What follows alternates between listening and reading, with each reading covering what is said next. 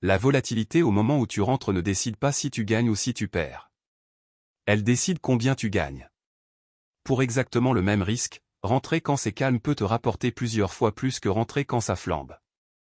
Dans cette vidéo, je vais te montrer comment une simple petite bougie tranquille change la taille de ta position, ton potentiel de gain, et tout le reste. Et une fois que tu auras compris ça, tu ne rentreras plus jamais sur un coup de tête. Commençons par ce mot qui fait peur à tout le monde, la volatilité. En réalité, c'est tout bête. La volatilité, c'est l'amplitude d'un mouvement de prix rapporté au temps. Imagine une route. Sur une route calme, tu roules tout droit, sans à-coups. Sur une route en montagne, ça monte, ça descend, ça secoue. Le marché, c'est pareil, parfois il avance doucement, parfois il part dans tous les sens. Sur un graphique, cette volatilité tu la vois avec deux choses, la taille des bougies, et la taille des mouvements. Une grosse bougie bien longue, c'est de la volatilité. Et retiens bien ça, une bougie qui paraît énorme sur ton graphique en 5 minutes, ce n'est ni plus ni moins qu'un petit mouvement quand tu prends du recul sur une unité de temps plus grande. La volatilité, c'est juste une question d'échelle.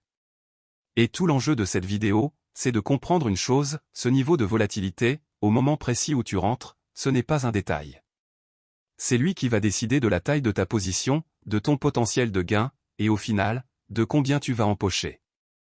Pour bien comprendre, partons d'un exemple tout simple.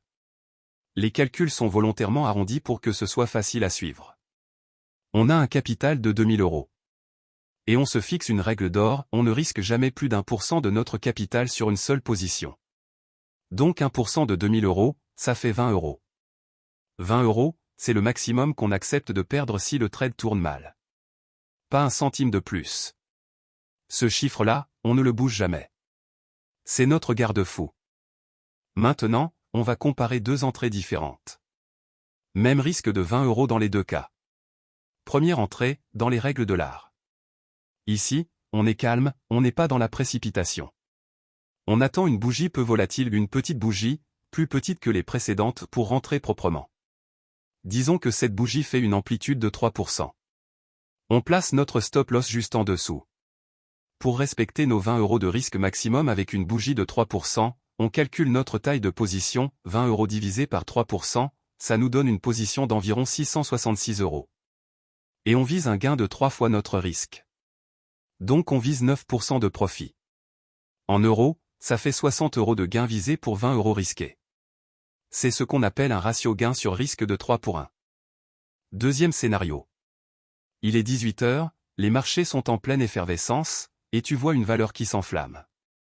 Elle grimpe fort, déjà 8% de hausse dans la journée. Et là, ton cerveau te crie, vite, faut y aller, ça monte, je vais rater le train. Ça, c'est ce qu'on appelle le FOMO, la peur de rater l'occasion. Alors le lendemain, tu rentres. Mais tu rentres sur la cassure d'une grosse bougie bien volatile. Et ton stop-loss, tu es obligé de le mettre loin, en dessous de cette grosse bougie. Disons qu'elle fait 8% d'amplitude. Et c'est là que tout se joue. Même risque de 20 € dans les deux cas. Premier constat, comme ton stop-loss est plus loin, ta taille de position doit forcément être plus petite. 20 € divisé par 8%, ça te donne une position de seulement 250 €. Compare avec les 666 € de tout à l'heure, tu as près de 3 fois moins de billes en jeu. Deuxième constat, pour garder ton ratio de 3 pour 1, ton objectif de profit devra être 24%. 24%. Il faut que la valeur explose pour que ça paye. Troisième constat, si la valeur prend 8% gentiment, la première entrée a déjà encaissé son gain complet. La deuxième n'a même pas gagné une fois sa mise. Même mouvement, résultat 3 fois inférieur.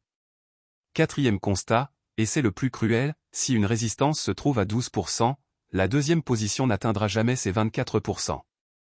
Le mouvement s'essouffle avant d'y arriver. Allons un cran plus loin avec cette histoire de résistance. Imaginons qu'une grosse résistance se situe à 9% au-dessus de notre point d'entrée. Un plafond, en gros. La première entrée, la propre, vise 9% et a juste la place d'atteindre son objectif avant ce plafond.